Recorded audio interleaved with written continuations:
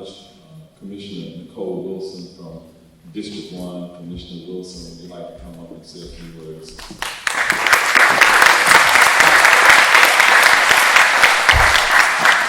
Thank you so much, Mayor, and I want to thank, first of all, the community out here in District 1. I think I'm the most blessed person on the planet to be able to live in such a beautiful, welcoming community, even with the traffic headaches. So thank you for being here. And I think that I was elected in a wave of people understanding during COVID that they love to be outside and having, more trails and bike paths and sidewalks. And the idea that was always recreation really needs to be redefined here in Central Florida, and that's part of transportation. So I'm so excited to be on sort of right here on the edge of something really redefining for our community and looking at other ways of getting around. Because if we just depend on cars and more lanes, we don't have enough land for that. And then what we've done is we've pretty much said that if you get to a point in your life, either as an elderly person or as somebody who can no longer drive, that you're isolated, that you're in your house, you may not be able to go anywhere. So we have to have options for transportation. And I want those options to be equitable, and I want them to really come out here at District 1 and make things, good for all of us, safe and, healthy environment. So anyway, thank you so much for being here. This is the beginning of the conversation, not the end. So I look forward to engaging with you if you have any questions. I do want everybody in this room or anybody who's listening to me, please fill out your survey. I saw District 1 was winning across the county. Go District 1. I listen to you. I work for you. And I want to know what your thoughts are. So please continue to fill those out, stay engaged in my office, and we will see you next time.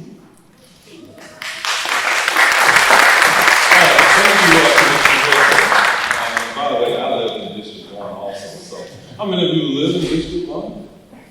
All right, I'm the majority of people here, but of course this is an initiative that has a county-wide emphasis, and in order for us to be successful in advancing this to be valid in November, and then having success after that, my job and our job is to make sure that every person that we're asking to vote for sees themselves benefiting in some way.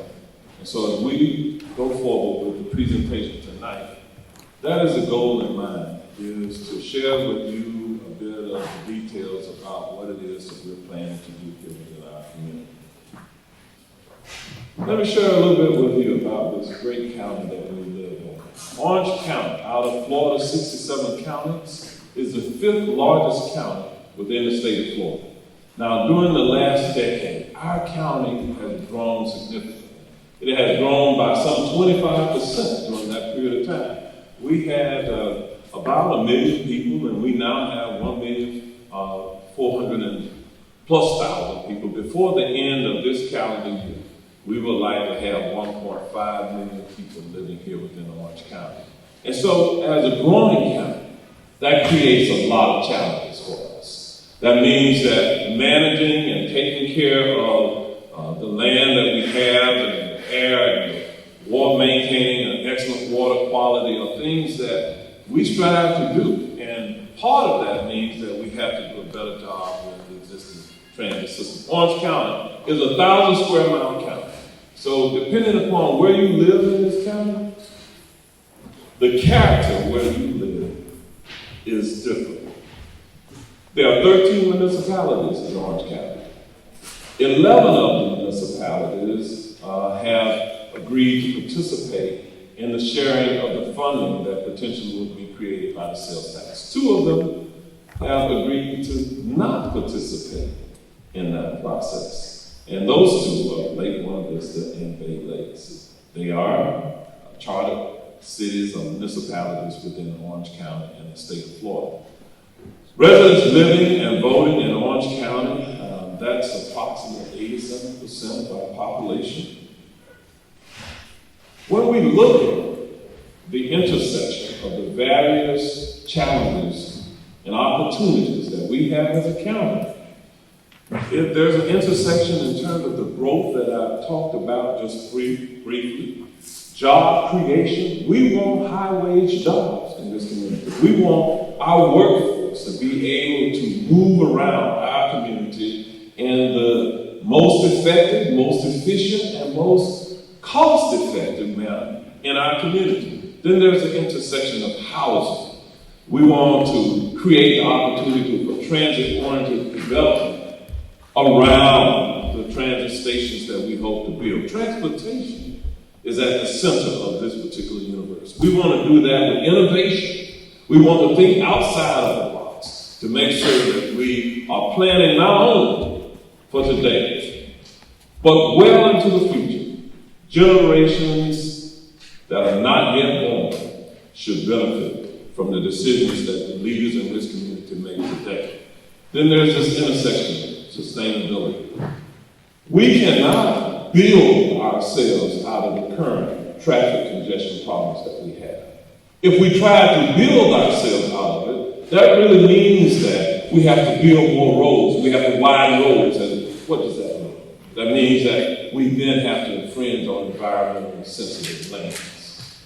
That's not the kind of community that I believe we all want to live in. So we have to look at some creative options of how we're going to move people around efficiently in this growing community. If you take a look at it, the more than 2,700 miles of roadways within Orange County today, this 1,000 square mile county has some 2,700 miles of roads. Well, today, 1 out of 4 of those roadways are filled. That means that they're over capacity. That is a traffic congestion that we end up having to deal with. So if you look at this map, for some of you, you might be a distance away from it, but there's some red line which denotes the roadways that have failed. If we do nothing, or if we don't do something in addition to what we currently do, our roadway system begins to look like this in just the next 20 years or less. More than half of the roadways will be failed in our community. And if you think you have traffic congestion now, you haven't seen what it will look like in this community. Okay. Now, how are we going about building this plan of action? We're taking it to you.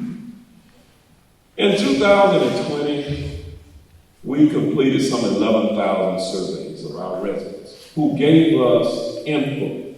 And there was a blueprint that was created as a result of that. Well, we have to now reaffirm the assumptions that were made in 2020. Of course, we've lived through these 2 years of a pandemic. We continue to grow even during this pandemic. And some of the assumptions made about our economy, tourist visits and the like, changed over that time. Of course, we now have a global war that is lurking that may impact the global economy. A lot has changed. International tourism has been impacted because of the pandemic. In 2020, I personally participated in the 200 community engagement, where we went around the entire county and we talked to the people in settings much like this. And we asked them for their input. We picked up where we left off. Over 4,000 comments and recommendations were received during that period of time. Well, as of early this morning, we have received, during this survey period, some 4,000 surveys. So they're coming in pretty good. We encourage every one of you tonight to complete the survey. We will share information more with you in just a few moments about how you can go about doing it, but there will be hard copies here tonight, and then you can certainly go online and do it this way. This is what we heard from all of those community members, much like what you said to me a few moments government system. Yes, we have a traffic congestion problem. Yes, we want the leaders of this community to do something about it. And the overwhelming majority told us that they were willing to help pay for it. And I'm going to talk more about it. So more specifically, we heard that these were the issues that were important to our residents. Pedestrian and bicycle safety. People want to live in communities where they're more walkable, bikeable. And they want to be able to do it in a safe manner. People all told us that traffic congestion, they thought it was worse than what it should be in our community. They said to us that they wanted this initiative to create access to jobs, better jobs, and opportunities. They said to us that we want to see a reduction in the overall cost of transportation for the people who live here in our community. They said to us, again, we are concerned about air quality and the environment. They said that they want this plan to be transparent. They want to know how it is that their dollars, if they invest in this initiative, will be spent. And they said, we want to hold the government accountable for the expenditure of those dollars. They said to us that they do not want to see a shift, a bait and switch of their taxpayer dollars, much like when the Florida lottery came into existence. It was to improve education in the state of Florida. And many people interpreted that as meaning that, yeah, bring the lottery here, and if we can improve our overall system of education, they wanted to see additional dollars added to the cost of education and provide that for all Floridians. Well, we now know that what happened. The Florida legislature shifted existing budgets. The lottery does go to the Education Act, but they shifted existing budgets to other things. Ultimately, education did not get the full benefit. What we're saying here is that 100% of the dollars that will be raised from this will go to improving our transportation system. This is also we learned. What are the needs in this community? Well, from talking to our citizens, they said we need more options for transit. We do not want to solely depend just on the public buses or the current commuter rail system called Sunray. They said we no longer want to just depend on single vehicle automobiles. They said we want multimodal options in our community. They said to us that we want to see improvements in our bicycle and pedestrian safety. We've been evaluated by other sources, and quite frankly, Florida ranks near the bottom in terms of pedestrian and bicycle safety. They said we want innovation. The world that we are living in is much more technological than it has ever been. They want innovation. They want to see things done differently. And rather than continue to depend on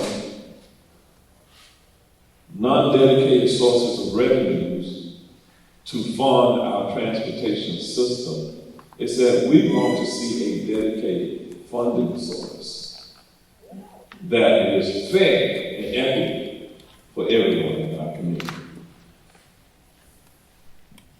So, they said that they want to see a system that is well connected, convenient, and they want to see a true mass transit system. Every major metropolitan community around the globe has a mass transit system. We have the beginnings of one, but we do not have a true mass transit system. That system you see in the photograph here, you see, it could be commuter rail, some rail, it could be monorail, it could be bus, rapid transit. But one of the things that this sales tax would do is allow us to perhaps double the size of the current Lynx bus system. Now, we have representatives here from Lynx tonight who we hope we will engage in dialogue about the Lynx bus system. To put it in perspective, we traveled around the country looking at other systems, and one of the places that we went was Allegheny County in the Philadelphia area. A county with about 700 square miles compared to our 1,000 square miles. A county that with their bus system, they have 700 buses. Our link system is somewhere around 300. I look to our links partners today, about approximately 300 buses. I think the last numbers I saw, they had about 1.2 million people. We're approaching 1.5 million people. They have more than twice the number of buses. If we are able to double the size of the links fleet, we can cut down on the wait time between buses. We can improve the connectivity throughout the county. And one of the areas that I'm really encouraged about, for the disabled, with our access links, we can improve the transit options for those who are disabled. But if we do this, all of the working class people who depend on public transit would see a significant improvement in the wait times, the connectivity, the frequency of routes within our community. Transportation funding sources. Okay. How are we going to pay for it?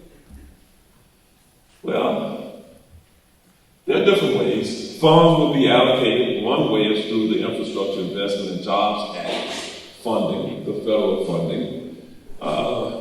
There are funds that will be allocated primarily to the states and distributed as competitive grants and existing formula funding through the federal and state agencies. It is estimated that Florida's share of the infrastructure funds is about $19 billion, that's with a B, that we will receive in the state of Florida over the next 5 years.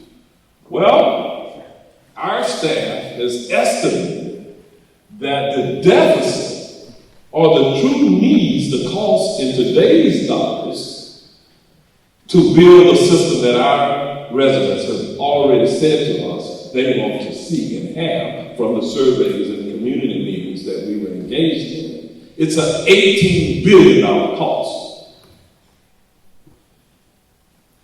We in Orange County will not receive all 18 billion of the 19 billion slated for the federal government in the next 5 years. That says that from a local perspective, we are going to have to take the initiative and come up with some solutions that we can afford as a community. There will be anticipated local matches to even get the federal funding. Again, I said these are competitive dollars. I've been in Washington, D.C. and met with the Deputy Secretary of Transportation and others in preparation for being competitive. And one of the things that they said is that they want to ensure that the communities, the local communities, have the financial capability, the financial strength to move these projects forward. The second thing they said was that they likely will give some preference to transit-oriented development, meaning that if we build workforce housing near or close to where the transit stations or hubs will be, that will likely translate into us receiving higher score. And so local transportation revenue is necessary to compete for the federal funding is absolutely critical. We sometimes hear people say, well, it's the tourists that are causing all of the traffic congestion here. Well, under Florida law, could we use tourist development tax receipts? That is a tax on heads and beds when we stay in our hotels. Pre-pandemic, we had some 75 to 76 million tourists who were visiting us. That good. It was cut in half. But in 2021, the numbers for 2021 have not come out yet. But we do know that for the month of December of 2021, it was the highest collected for any month of December since we started collecting the tourist development tax. The third highest monthly receipts at 28.2 million in the history of the TDT for any month. So our tourism is back. But in order to spend TDT dollars, under the current Florida law, which changed not too long ago, 40% of the TDT revenues must be used for tourism promotion. Today, we use approximately 25% of our TDT revenues for tourist promotion. So therefore, we don't qualify under the current statutes to use TDT outside of the tourist corridor for transportation needs.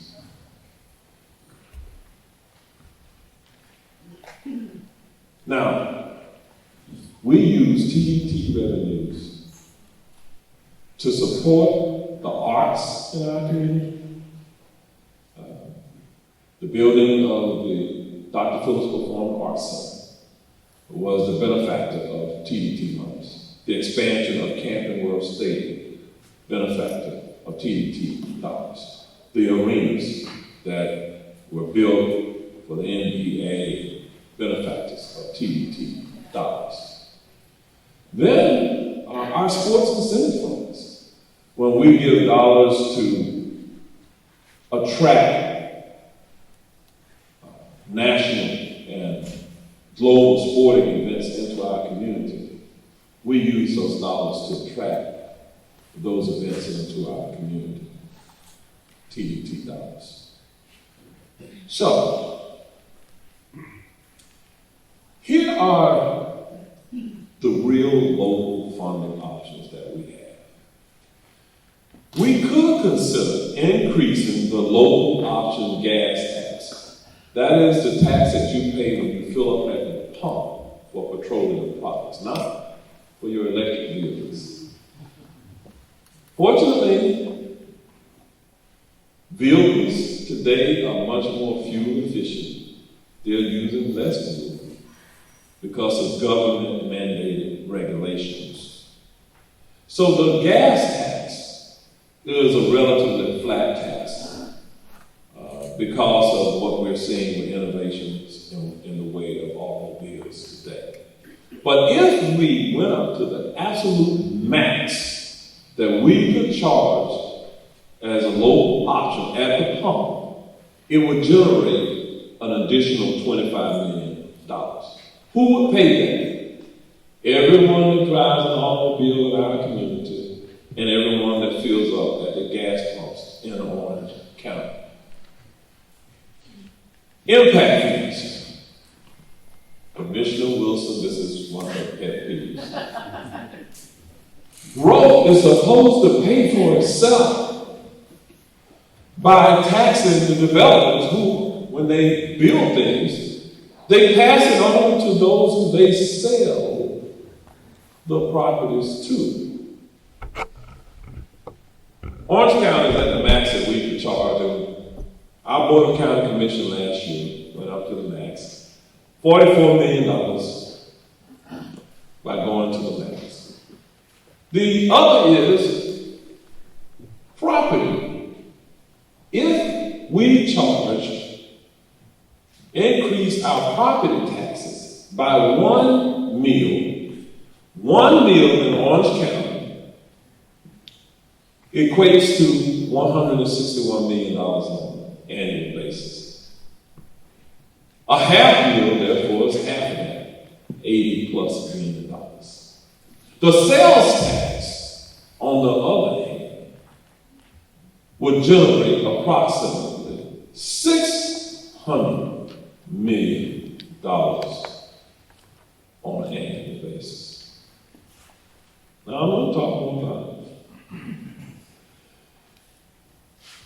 Guess who pays the majority of it? The non-residents, the tourists. When you talk about an increase in property taxes, who pays? Only the people who own property. Not the tourists, the people who own property here. That means that we will salary the burden of coming up with paying this more on the people, just the people who live here.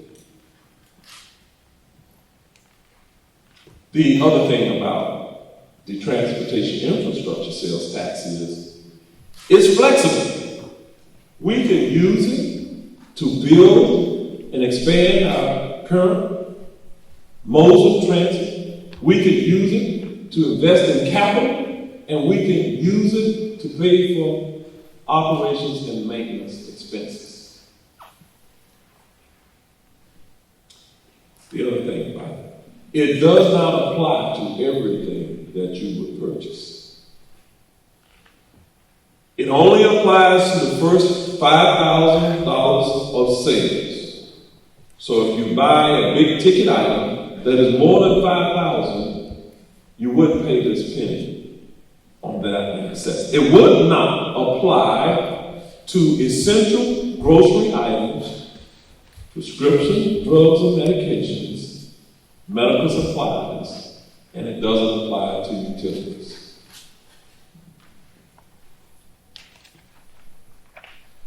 So, I've kind of walked you up to Carla Bell Johnson, who's Deputy County Administrator, who's going to come and fill in the blanks at this point. And when she concludes, then we have subject matter experts that can show you the details and some other specifics associated with it. Why it is that I am advocating that the sales tax is the most appropriate. And by the way, we will share the revenue from this sales tax with the municipalities so that they can improve some things specific to their constituents, with the exception of two cities. Which two cities that I say will not be the recipients of these dollars? Lake Monte Vista, and what was the other? Baby. Okay, I'm just checking to see if you were really listening to me or not. Thank you very much. Thank you, Mayor, and good evening, everyone. As the Mayor said, I'm going to spend just a little more time drilling into further detail regarding the transportation needs that the Mayor already outlined, as well as the framework of the transportation plan that's currently being developed. And so just to expound upon kind of that global conversation about needs, we'll start with transit and some of the components of our transit system that we see as important based on the feedback from the community in our conversations historically and more recently. The need for high-frequency bus routes. And so frequency is often a key component of conversations and expressions of frustration about the transit experience at this point in time. Regional express buses have been identified as important needs. Expanding the service and the hours and the days of operation for our transit system, as well as opportunities and options for community circulators, on-demand service, and flexible service to meet the fluctuating demands of our local communities, as well as the mayor mentioned, more buses, increasing the fleet of the Lynx bus system. Additionally, on the transit side, the mayor touched on the importance of more paratransit service to meet the needs of our aging population, as well as our disabled community, as well as the need for replacement of the paratransit vehicles that support that service. We've talked and hear very frequently about the need for expanded Sunrail service, so we're talking about the frequency of that service as well, including the desire from our community for evening and night service, as well as service on the weekends, which does not currently exist. And then equally important, and I think we don't want to lose sight of the fact of the need for new high-capacity corridors. So when we talk about Sunrail, we know that is the north-south spine of our region's transit system. But when Sunrail was developed, it was envisioned to be just that, a spine from which the east-west corridors and the east-west connectivity could be addressed. Touching on our roadways, we all know and are familiar with roadways and the congestion. Clearly there is the potential for major roadways to be improved and widened, but also the technology that we have within our transportation system can be improved, which allows us to operate more efficiently, as well as things like street lighting on our roadways. And we have been working very much in collaboration with our municipalities who have also identified some specific needs along the lines of roadway improvements. Bicycle and pedestrian safety, the mayor also referenced that we have this national ranking, which we don't desire, through the analysis of the Texas Transportation Institute has analyzed on an annual basis, and we are number one in the nation for a dangerous network as it relates to pedestrian safety. We obviously have a need to address that. We've got a bicycle pedestrian safety action plan, which identifies a number of needs, as well as our need to be compliant with the Americans with Disabilities Act. On the side of innovation, this is an opportunity to really identify innovative solutions, as the mayor referenced, to integrate technology into our transportation infrastructure. This creates an opportunity not only to, what I call squeeze as much capacity as possible out of our infrastructure through technology, but also to address safety-related needs. And so you can see things like advanced traffic signal technology and smart vehicle technology as we move forward in this age of innovation and technology. You see things like bicycle and pedestrian safety having safety-related technology that would allow for detection and warning systems associated with new innovations in that regard, as well as things for safety associated with smart work zones. So lots of opportunity in terms of needs on the technology side. And then, of course, operations and maintenance. We have to maintain our infrastructure, and that goes down to basic things like resurfacing our roadways. And many of our municipalities have needs related to roadway grading and making sure that the roadway ponds and drainage system are functioning properly to mitigate flooding. As we talk about the municipal needs, we have, as I said, been working in close collaboration with our municipalities, and they have identified a number of diverse needs within our community. What we know is that transportation is oftentimes a localized experience, and so who better to know and understand what those local needs are than our municipalities, and they've submitted a number of examples of the types of improvements desired within the community based on the unique needs of each local city or town. And so we've been working closely with them in identifying those needs. Just to touch quickly on the transportation plan framework. And so this framework is being developed in response to the needs that we just talked about, and also in response to the community discussions that we've had. Key objectives in terms of this framework are certainly to alleviate traffic congestion, but also to improve transit service. And equally important is the need to explore new transit connections. So we can talk about the existing system and how we can improve that, but if we really want to make those transformational improvements within our community, we will also be looking at implementing new transit connections to provide more access and mobility from a transit perspective. Updating technology is one of our key objectives, enhancing bicycle and pedestrian safety, maintaining and repairing our existing roads, and then doing things like improving the traffic signal timing of our network. And as the battery begins to run low, according to this screen, we'll talk a bit about funding allocation.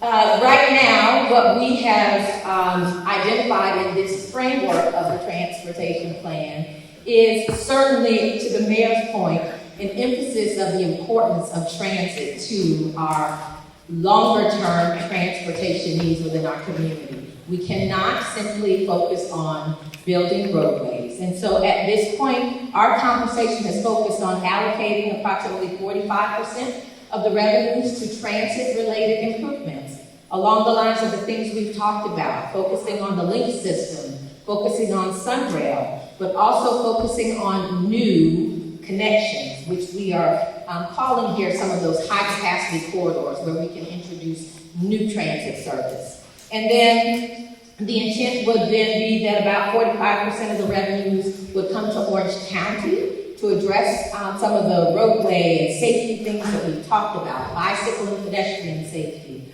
operations and maintenance of our system. And then, as we've talked with our municipalities, the concept is for 10% of the revenues to be focused on the cities, giving them the opportunity to address similar needs within the cities, and to address what unique priorities exist within our cities and towns. And one thing that we heard clearly, and the mayor acknowledged that the accountability was something that we heard from the community during our early discussions. So the transportation plan framework also addresses that in a number of different ways, but what we envision is, yes, there will be the technical folks who will work together and coordinate and make sure there's good collaboration and seamless connectivity between all of the various projects and transit systems that would exist. But we also recognize that the citizens have identified the need for that transparency and that accountability. So the concept is that there would be a citizens oversight board that would have the responsibility for ensuring that we follow through with the commitments that we have said we will make to our transportation investments. And then, of course, the ultimate decision makers in this regard, and this is statutorily required, is the Board of County Commissioners. So the Board of County Commissioners will be have the final say-so in all decisions relative to expenditures. Just touching quickly on community re-engagement, we've already referenced the fact that yes, we had a survey a couple of years ago and got lots of responses. There is now a new survey to dig a little deeper into some of those issues, as well as confirm the priorities that we heard last time. So please fill out that survey before you leave and share this information with your friends and family so we can get the greatest possible perspective of what the community desires. There are upcoming opportunities for open houses very similar to what we are doing here tonight. This is the first out of the gate, but there will be a District 2 open house tomorrow night, and there will be a District 6 open house on Wednesday night of this week, and then you can see a number of others. The intent here is obviously to have one of these gatherings in each county commission district over the coming weeks. And just to talk really quickly about the decision-making relative to this initiative, we have re-engaged now the Board of County Commissioners to have this discussion and reflect a little bit on what we talked about 2 years ago when we initiated this conversation with the community. Going forward, there are a number of other work sessions that we will have with the Board of County Commissioners with the second one coming next month on March 22nd, and a third one on April 5th, and a number of other milestones that you can see. I won't go through each of them in the interest of time. All of this ultimately leads up to a decision that the Board of County Commissioners will have to make on April 26th. And that decision is simply whether or not they would agree to place a question on the ballot that would allow you, the citizens, to make a decision about this transportation sales tax. And so that's kind of the April date for decision making. And that date, just so you know, is driven by a statutory milestone that has to be met by May 12th in order for any ballot to advance through the general election. So oftentimes people are saying, why are we having this conversation now? This is not until November. But because there are statutorily defined milestones that have to be met, the first of which being May 12th, that puts our board in the position of having to make a decision in April in this regard. So just wanted to make you aware of that. And then lastly, as we kind of wrap up here, just want to remind you of the objective for tonight. You all see lining the room here a number of informational booths with all kinds of expertise that can share information regarding each of these types of transportation investments that we're talking about, ranging from the Links team to the Sunrail team, our regional transportation planning team through Metro Plan Orlando. Orange County has a number of staff present here to touch on any transportation topic that is of interest to you. And so we welcome you to spend the time and talk with each of these folks. This is a wonderful opportunity to really engage on a more intimate level with our team to get questions answered and to share your perspective on some of these topics, whether it's intersection improvements, technology, bike ped safety, street lighting, which we touched on, and then a number of different things, including sustainability and resilience, economic development, and we also want to acknowledge that we have municipal representatives from the city of Winter Garden here, as well as the town of Oakland. And so with that, I will wrap up here, and Mayor will close us out before we break to connect with the information booths. Okay. There's one thing I'm going to correct. I had the right state, but in county, but Pittsburgh, not Philadelphia, it was Allegheny County. But in addition to that, what I want to remind you of is that this effort is really one that is based within a regional response to the challenges that we have. Our roads are interconnected in the entire region. And Orange County is the hub of the region. This is the center for our region. We can't adequately address the traffic congestion issues where all of us live, those who live perhaps outside Orange County, without addressing Orange County. Orange County really should be first in this effort because of the job centers and everything that it stands for. I also want to remind you that the current sales tax rate in Orange County is how much? 6.5, 6.5%. Anybody know what it is in Osceola County? It's 7.5%. Anybody know what it is in Lake County? It's 7%. Anybody know what it is in Seminole County? It's 7%. And so today, Orange County has the lowest sales tax in the region. And let me share this with you. The surrounding counties, because I serve on all of these regional boards from the Regional Transportation Authority, Commuter Rail Authority, to Links, and I hear from our colleagues in the surrounding counties. If we're successful in Orange, you're probably going to see something similar happen in others. Back in 2020, 2020, Osceola advanced the sales tax initiative to the ballot, and they're already at 7.5%. They were going to 8.5%. And it failed. The average sales tax around the country in metropolitan communities or urban communities is 8.5%. And we have just fallen behind. So I want you to think about all of that. Again, I said to you in the beginning, if we do our job well, we should create the vision for you that you, if you live and you're a voter, taxpayer in Orange County, how you would benefit from this. Okay. So thank you all very much for indulging us. Our staff is here, and we will now move to the more specific kind of one-on-one briefings for you.